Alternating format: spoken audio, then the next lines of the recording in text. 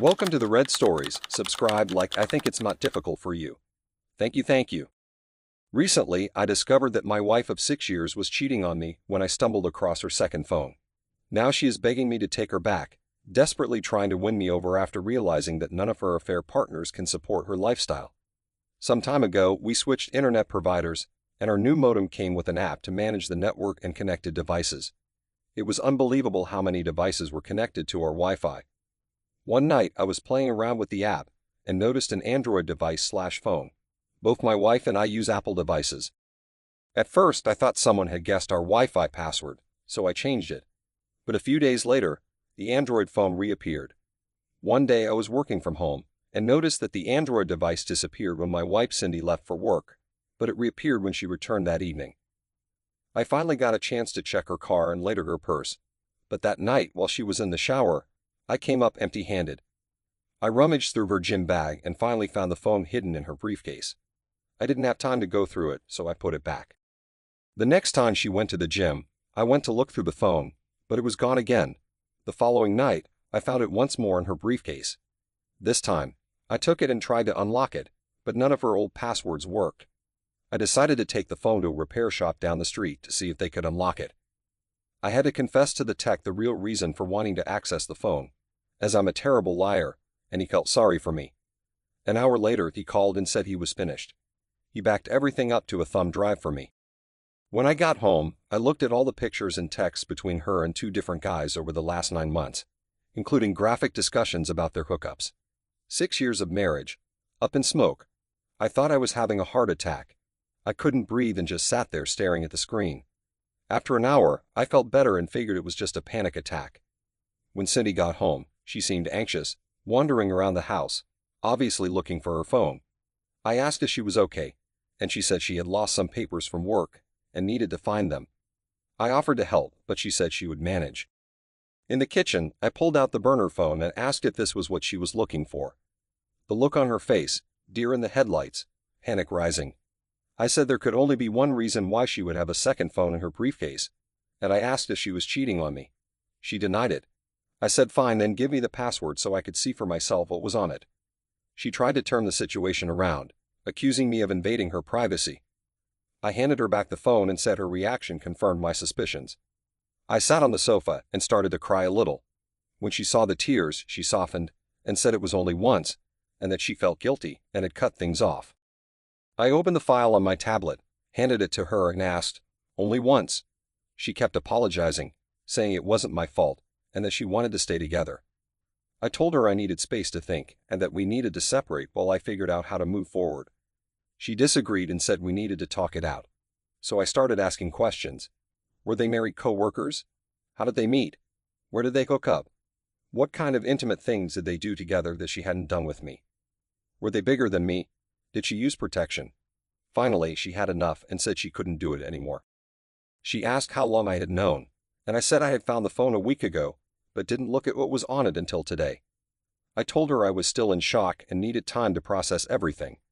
She agreed to stay at her sister's house for the rest of the week, and we could talk more over the weekend. She wanted to schedule a session with a marriage counselor, and I agreed to that. What I didn't tell her was that I'd be consulting an attorney the next day to explore my options. Last Christmas, her sister got divorced after finding out her husband had an affair.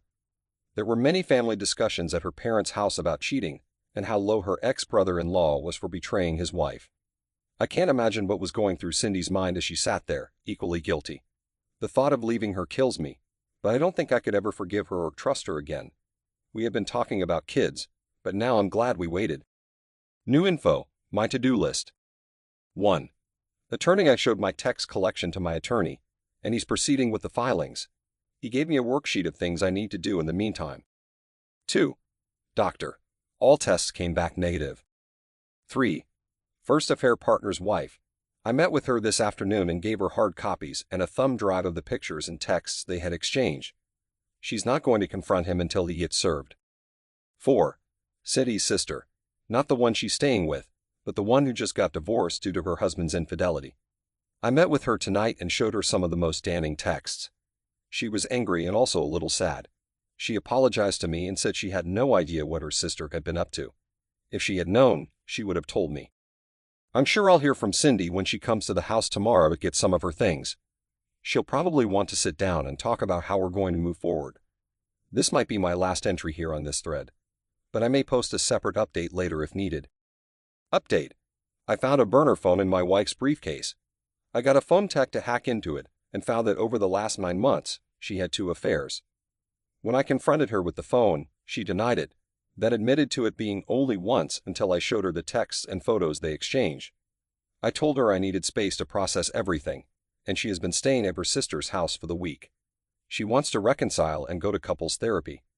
Meanwhile, I've decided to file for divorce, and my lawyer is working on it. Her first affair partner was married, and I've reached out to his wife, who is now starting divorce proceedings as well. One of Cindy's sisters, who recently got divorced due to infidelity, knows about everything, and I've shown her the evidence. Cindy came over to the house last night to get some things and to sit down and talk. She said she was sorry for hurting me and that she's still very much in love with me and wants to stay together. She insisted her affairs weren't about the quality or quantity of our bedroom life and asked if I ever felt neglected in that regard. To be honest, our sex life was pretty spicy. We averaged 4 to 5 times a week, and she initiated about 50% of the time. She just enjoyed the attention from other people and admitted she liked being showered with affection.